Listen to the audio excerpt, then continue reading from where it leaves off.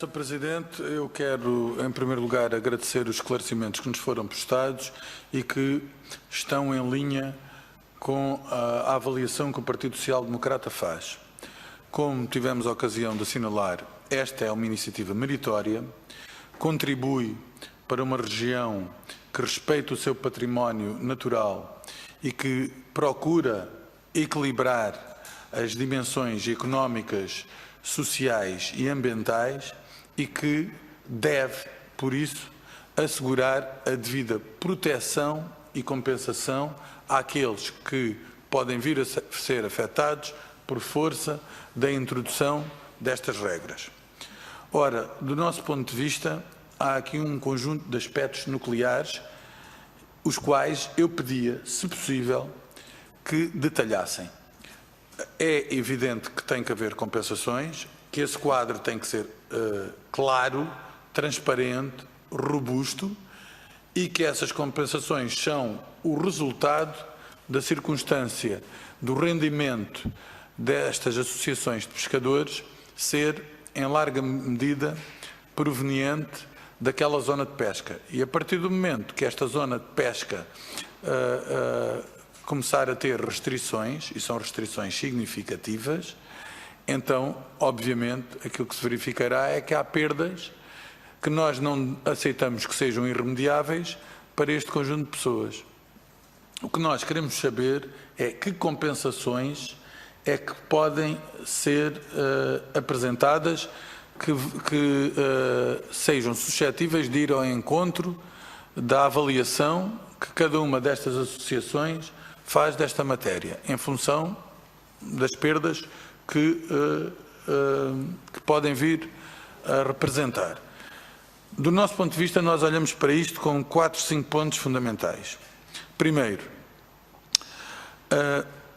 nós entendemos que há muitas embarcações, não apenas no Algarve, mas nesta zona em particular, que são embarcações já envelhecidas, que registram perdas que são mais onerosas porque ou têm motores que gastam mais, ou têm necessidades de manutenção maiores e por aí fora.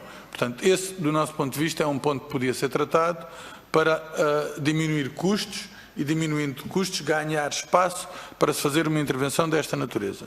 Depois há uma questão que tem que ser tratada, não importa exclusivamente ao Algarve, mas tem que ser tratada e está há muitos e muitos anos para ser tratada, que tem que ver com a valorização do pescado e o regime da primeira venda. O regime da primeira venda que nós temos neste momento, com a rede de lotas e postos de vendagem que existe, facilita situações de oligopólio que se repercutem em perdas significativas e uma péssima distribuição da cadeia de valor. Nós precisamos que os pescadores fiquem com a parte justa que lhe resulta do seu trabalho. E isso, até agora, não se verificou, porque nós temos mecanismos ineficientes da alocação de recursos deste ponto de vista.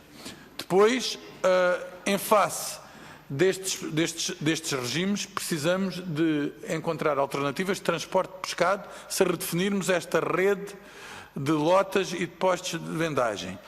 Precisamos, do nosso ponto de vista, também de uma rede de recifes artificiais que funcionem como maternidade para garantir maiores possibilidades de pesca.